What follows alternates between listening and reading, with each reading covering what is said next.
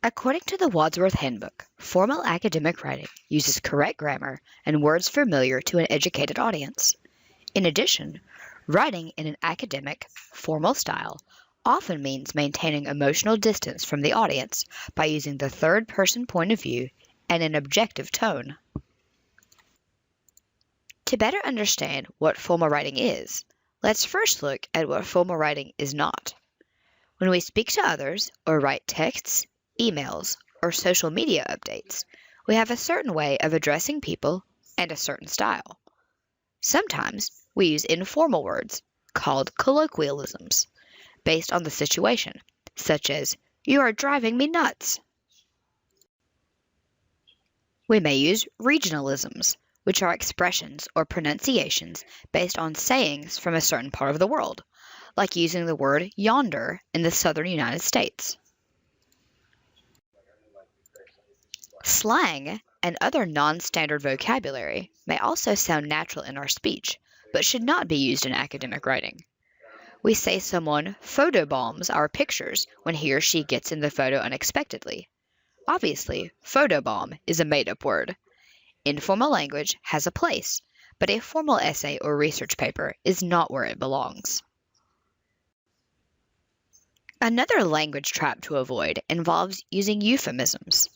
Euphemisms substitute a mild or vague expression for a phrase considered harsh or blunt.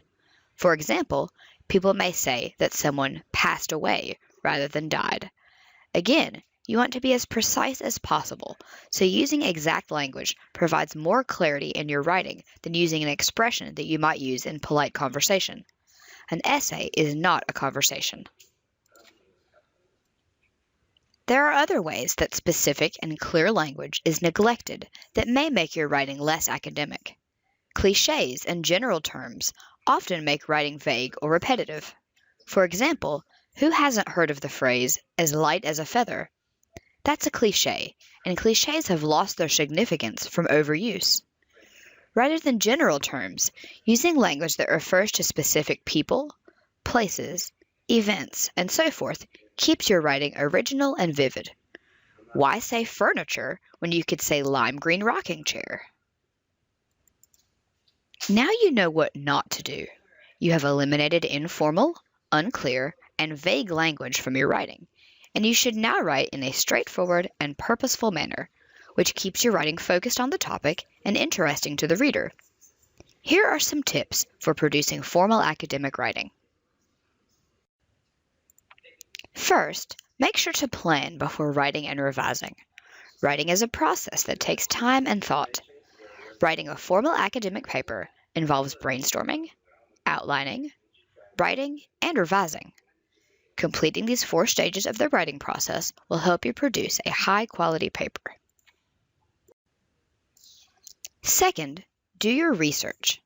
Analyzing sources and using reputable databases, websites, and books are crucial in adding credibility to your argument.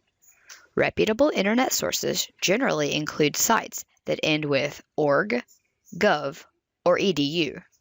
Wikipedia is not a reputable source.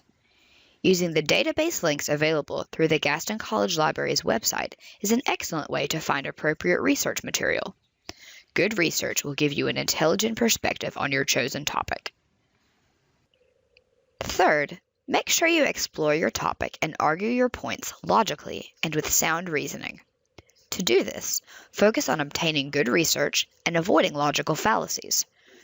For some information about various logical fallacies and how to avoid them, please see our separate video on the topic. Fourth, you should write a thesis statement that states what you intend to prove in your paper. A thesis statement in your college papers will force your writing to be goal-oriented and logically organized.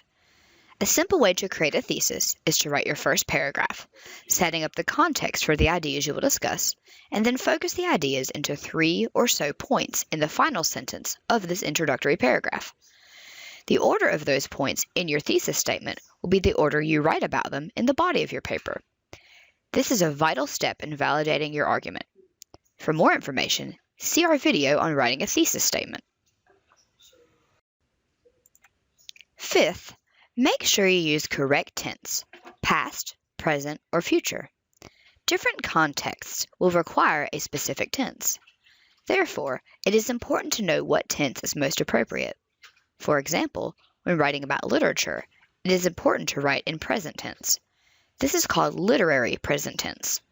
Consult the Wadsworth Handbook to learn more about the different types of tenses and their uses. The sixth and final key to strong academic writing is using third-person point of view. What this means is don't use I or its variations, like we or our, and don't use you or its variations, like your. This means they, he, she, him, her, or it should be the pronouns you use, and the nouns in your sentences should be words like people, person, or one. If you follow all of these tips, you will be well on your way to producing stronger, more academic formal writing. Of course, writing well takes practice, so start now and keep using these suggestions throughout your academic and professional careers. Don't forget to stop by the Gaston College Writing Center for extra assistance.